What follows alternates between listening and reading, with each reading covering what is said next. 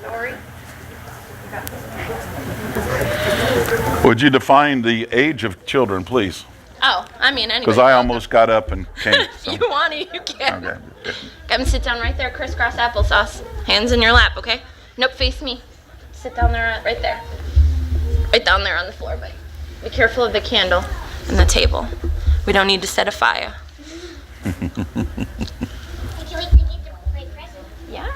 I'm excited. Okay.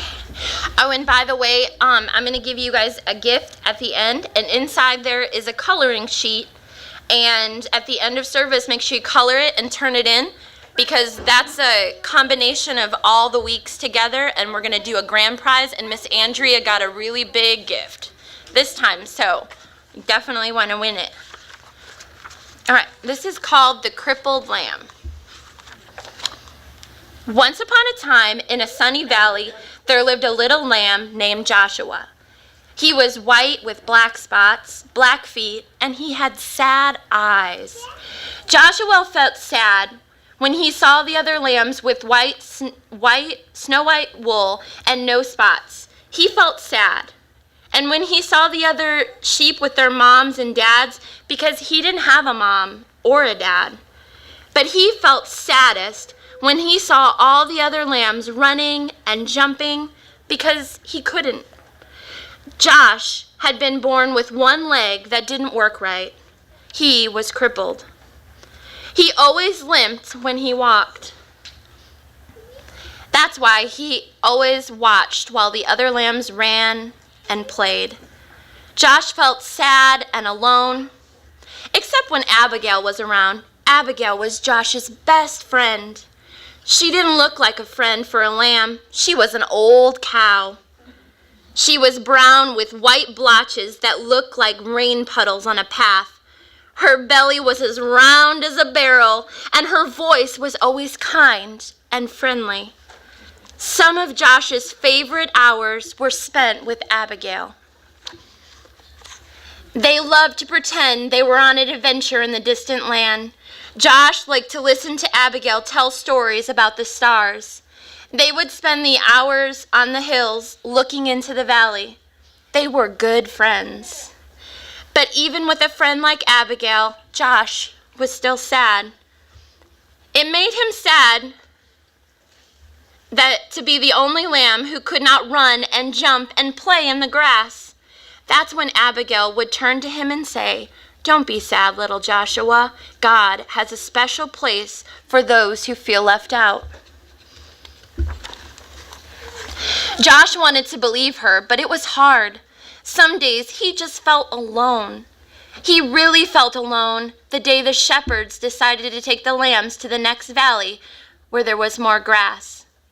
The sheep had been in the valley so long the ground was nearly bare. All the sheep were excited when the shepherd told them they were going to a new meadow. As they prepared to leave, Josh hobbled over and took his place on the edge of the group, but the others started laughing at him. "You're too slow to go all the way to the next valley. Go back, slowpoke. We'll never get there if we have to wait on you. Go back, Joshua." That's when Josh looked up and saw the shepherd standing in front of them. "They are right, my little Joshua. You better go back. This trip is too far for you. Go and spend the night in the stable." Josh looked at the man for a long time. Then he turned slowly and began to limp away. When Josh got to the top of the hill, he looked down and saw all the other sheep headed towards the green grass. Never before had he felt so left out.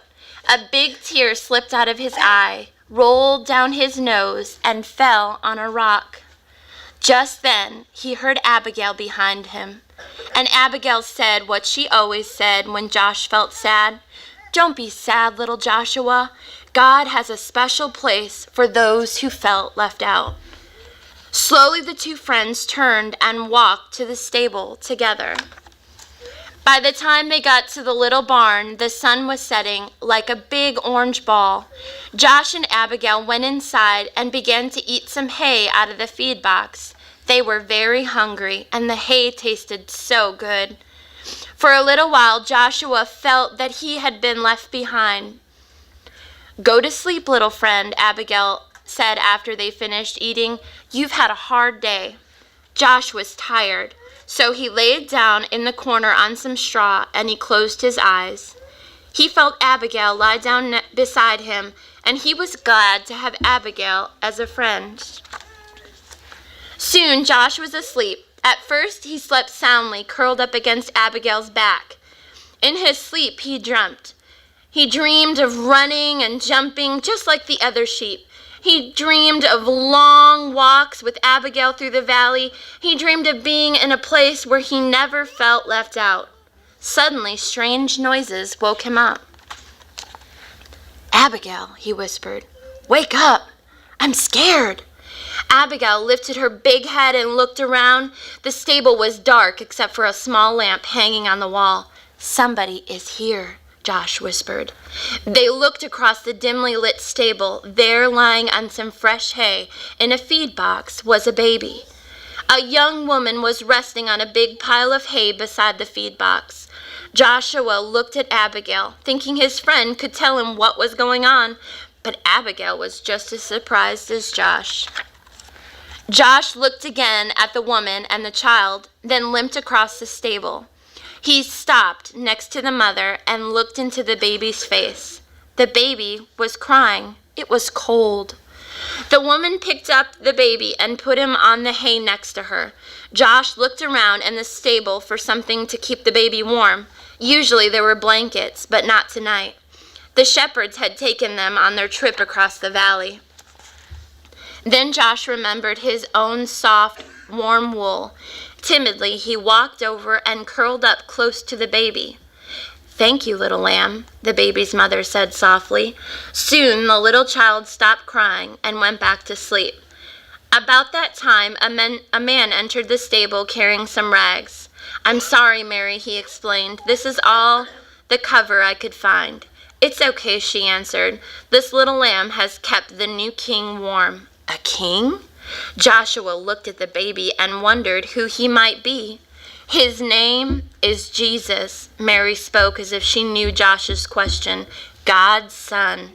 He came from heaven to teach us about God."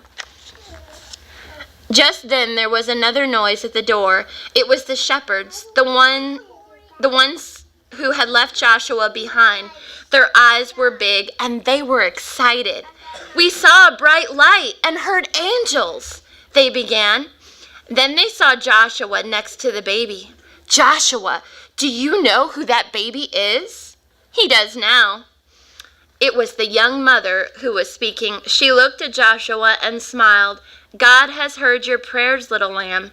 This little baby is the answer." Joshua looked down at the baby. Somehow he knew this was a special child, and this was a special moment.